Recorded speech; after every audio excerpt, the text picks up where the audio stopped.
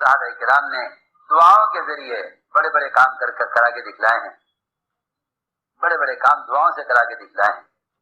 اللہ رب العزت کوئی بھی وبا یا کوئی بھی مرض یا کوئی بھی مصیبت پھر اسے لاتے ہیں کہ میں دیکھنا چاہتا ہوں کہ میرا بندہ اس حال میں کیا کرتا ہے،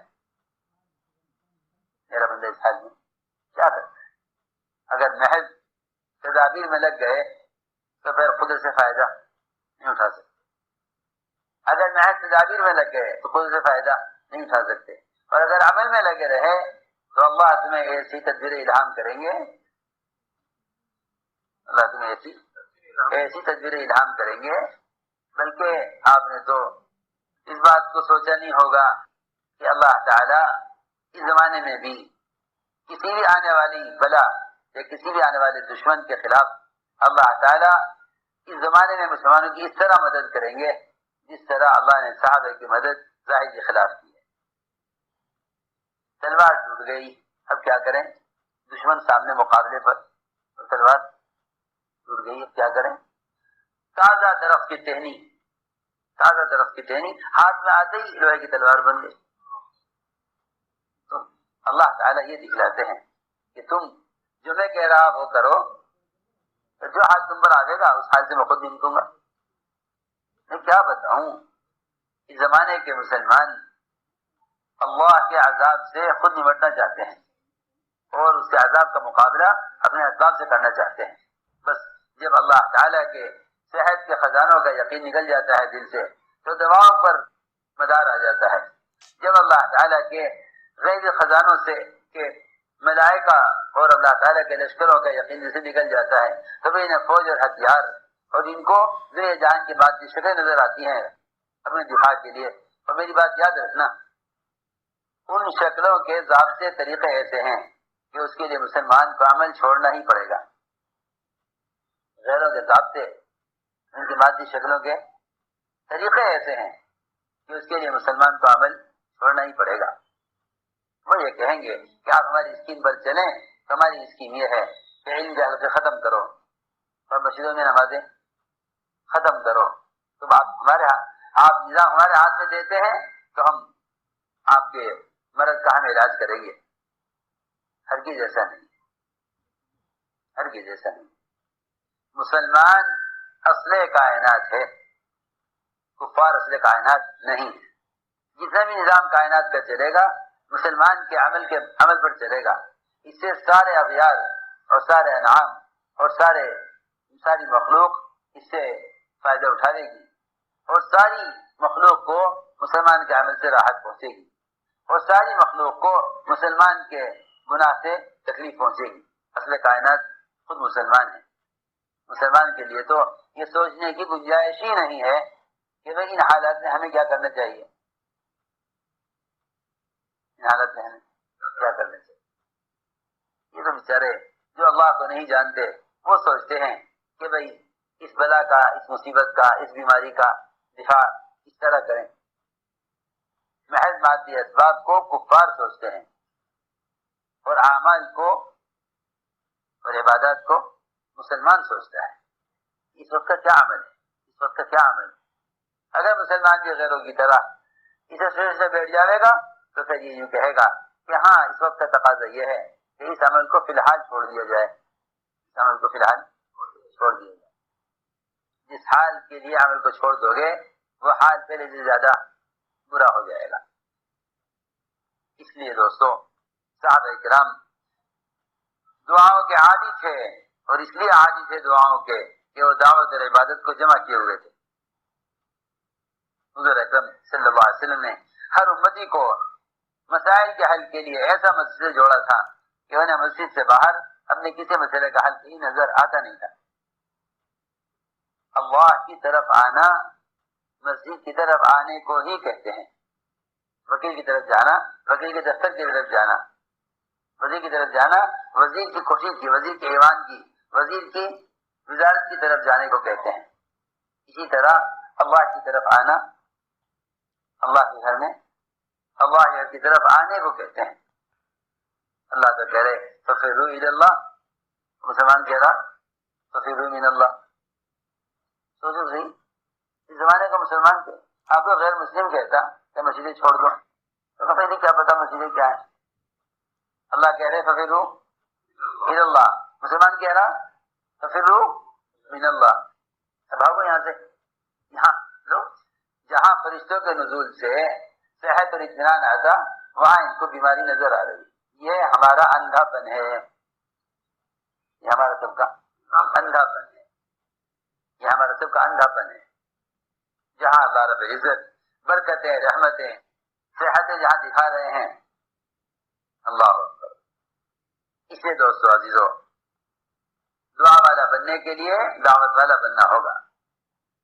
اگر صحت چاہتے ہو، اگر صحت چاہتے ہو تو ان اعمال میں لگو جن اعمال میں لگنے سے فرشتوں کے پروں میں وقت گزرے. اس کے لیے 3 کام ہیں: دعوت، تعلیم، عبادت.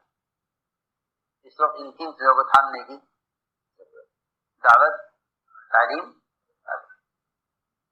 یہ 3 موقع فرشتوں کے نزول کے ہیں: دعوت، عبادت اور تعلیم. دیکھو صحابہ کرام نے جدید اعمال کیے تو اللہ تعالی نے ان کی غیبی تائید کس طرح کی ہے. فرماتے ہیں عبداللہ بن عمر رضی اللہ عنہما کہ مروان نے سعید بن زید رضی اللہ تعالیٰ عنہ کو حاجی بھیج کے بلایا، کیونکہ کچھ لوگ ان کے بارے میں یہ کہہ رہے تھے کہ اروا بنت اویس انہوں نے اروا بنت اویس پر ظلم کیا ہوا ہے اور اس کی زمین پر قبضہ کیا ہوا ہے، زمین پر اس کی قبضہ کیا ہوا ہے. چنانچہ مروان نے ان کو بلایا.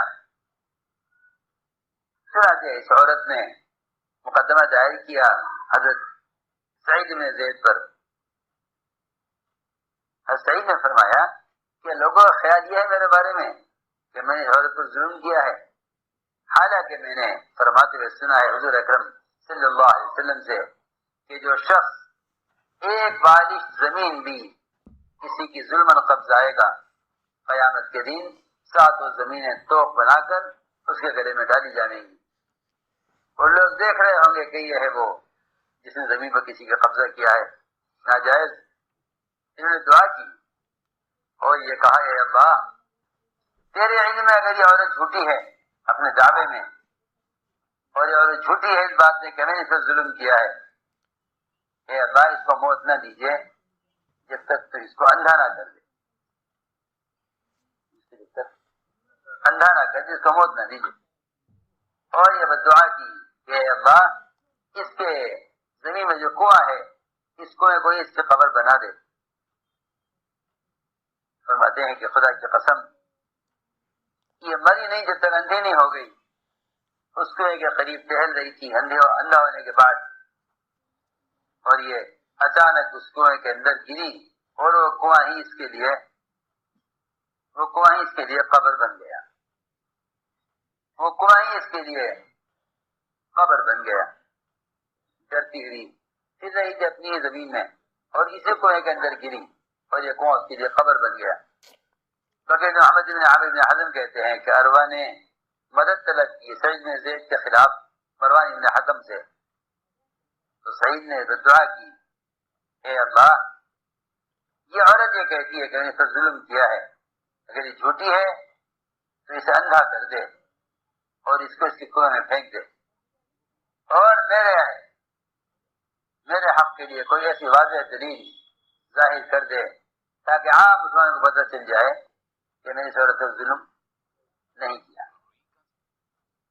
ابھی یہ اسی حال پر دعا مانگ رہے تھے، اچانک وادی عقیق میں ایک پانی کا سیل آیا، اور ایسا سیل آیا، ایسا طوفان آیا سیلاب پانی کا جیسا پہلے کبھی نہیں آیا تھا. اس سے ان کی زمین کی حد واضح ہو گئی جس میں کوئی اختلاف ہو رہا تھا. اور سعید ابن زید رضی اللہ تعالیٰ عنہ اس معاملے میں سچے نکلے اور عورت جھوٹی نکلی. اس سیل کے آنے سے ان کی حد واضح ہو گئی، کھل گئی. رضے کا بھی مہینہ نہیں گزرا تھا اس بات کو کہ یہ عورت اندھی ہو گئی. یہ اپنی زمین میں پھر رہی تھی، اچانک یہ اس کنویں کے اندر گری فرماتے ہیں کہ ہم جب بچے تھے تو ہم کہا کرتے تھے اور سنا کرتے تھے، ایک آدمی اگر دوسرے کو بددعا کرتا تھا تو بددعا میں کہتا تھا اللہ تجھے ایسا اندھا کر دے جیسا اروا کو اندھا کیا ہے، اللہ تجھے ایسا اندھا کر دے جیسا اروا بنت اویس کو اندھا کیا ہے۔ کہتے ہیں کہ ہم یہ خیال کیا کرتے تھے شاید یہ کوئی جنگلی جانور ہے جو گر گیا ہوگا کنویں میں، اروا کسی جنگلی جانور کو یا کسی جنگلی بکرے کو کہا جاتا ہے، لیکن یہ تو ہمیں بعد میں معلوم ہوا کہ یہ تو وہ عورت اروا بنت اویس تھی جس نے حضرت سعید بن زید پر الزام لگایا تھا اپنے پر ظلم کرنے کا۔ ان کی بددعا پر اللہ رب العزت نے اس عورت کو کنویں میں اندھا کر کے پھینک دیا تھا، کیونکہ اللہ رب العزت نے لوگوں کے ان پر الزام لگانے کی وجہ سے اللہ نے ان کی بددعا کو قبول کر لیا اور ان کے سوال کو اللہ نے پورا کر دیا۔ ابو رجاء عطاردی کہتے ہیں کہ فرمایا کہ علی رضی اللہ تعالی عنہ اور اہل بیت میں سے کسی کو بھی برا مت کہنا۔ فرمایا کہ ہمارا ایک پڑوسی تھا بلحجیم اس کا نام